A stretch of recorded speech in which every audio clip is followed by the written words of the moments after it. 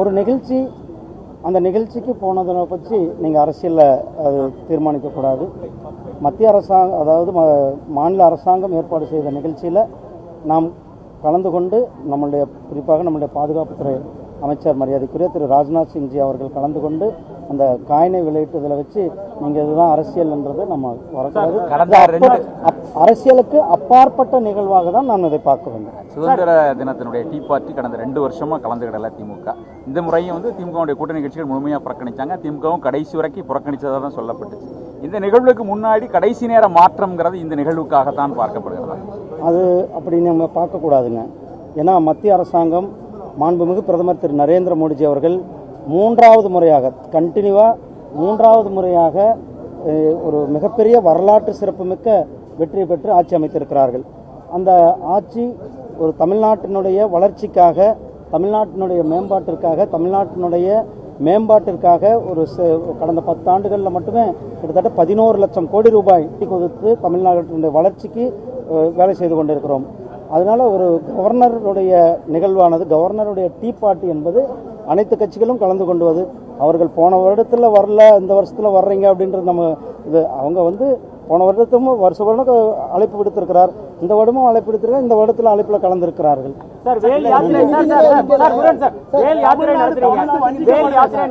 தமிழ்நாடு அரசு இப்போ முத்தமிழ் முருகன் மாநாடு நடத்துது. இப்படி பல சம்பவங்களால நீங்க பிஜேபி திமுகவோட ரொம்ப இணக்கமா போகக்கூடிய ஒரு சூழ்நிலை உருவாகுது. வேல் யாத்திரை அன்றைய காலகட்டம், அன்றைக்கு கந்த சஷ்டி கவசத்தை இழிவுபடுத்தியவர்களை அவர்கள் மேல் நடவடிக்கை எடுக்க வேண்டும் என்று நாம் வேல் யாத்திரை நடத்தியிருந்தோம். அந்த வேல் யாத்திரை மக்களிடத்தில் முருக பக்தர்கள் இடத்துல ஒரு பெரிய வரவேற்பை பெற்றது. அதை பார்த்துட்டு இன்னைக்கு திமுக அவர்கள் முருக பக்தர்களை மாநாட்டை நடத்திருங்க. ஏன்னா பாரதிய ஜனதா கட்சிக்கு இந்து கன்சல்டேஷன் வாக்காளர்கள் எல்லாம் எங்கே போயிடுவாங்க அப்படின்ற ஒரு பயத்தோட இன்றைக்கு அவர்கள் நடத்தி கொண்டிருக்கிறார். மத்திய நிதிநிலை அறிக்கையிலிருந்து தமிழக அரசு வரக்கூடிய நிதி பெருமளவு நிறுத்தி வைக்கப்பட்டதா? பாருங்க, மெட்ரோக்கு கரெக்ட். மெட்ரோக்கு அவங்க யூட்டிலைசேஷன் சர்டிஃபிகேட் இன்னும் கொடுக்கல. அவங்களோட அந்த அமைச்சர் மிக தெளிவாக சொல்லியிருக்கிறாங்க. அதே போல் அந்த ஆடிட்டிங் ரிப்போர்ட் கொடுக்கல. அர்பன் டெவலப்மெண்ட்டுடைய அமைச்சர் திரு மனோகர் லால் கட்டர் அவர்கள் ரொம்ப தெளிவாக சொல்லிட்டாங்க. இவர்கள் எந்த ஒரு இது கூட, இந்த துறையில் வேறு எந்த துறையும் கூட அந்த ஒரு வேலை முடிஞ்சிருக்கும் பொழுது அந்த வேலைக்கான யூட்டிலைசேஷன் சர்டிஃபிகேட்டு அதை தொடர்ந்து அந்த ஆடிட்டிங் ரிப்போர்ட் கொடுக்கும்பொழுது அடுத்த நிதி வழங்குவது தான் வழக்கம். அதனால் அவர்கள் அதை கொடுத்த உடனே அதுக்கான நடவடிக்கை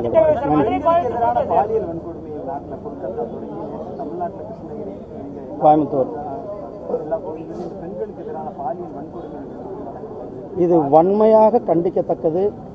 மாநில அரசாங்கங்கள் கடுமையான நடவடிக்கை எடுக்க வேண்டும்.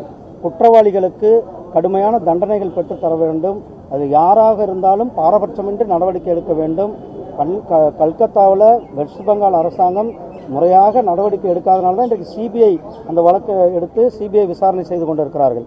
அதாவது உடனடியாக மத்திய சுகாதாரத்துறை ஒரு அறிக்கை கூட கொடுத்திருக்கிறார்கள், சுற்றறிக்கை கொடுத்திருக்கிறார்கள்.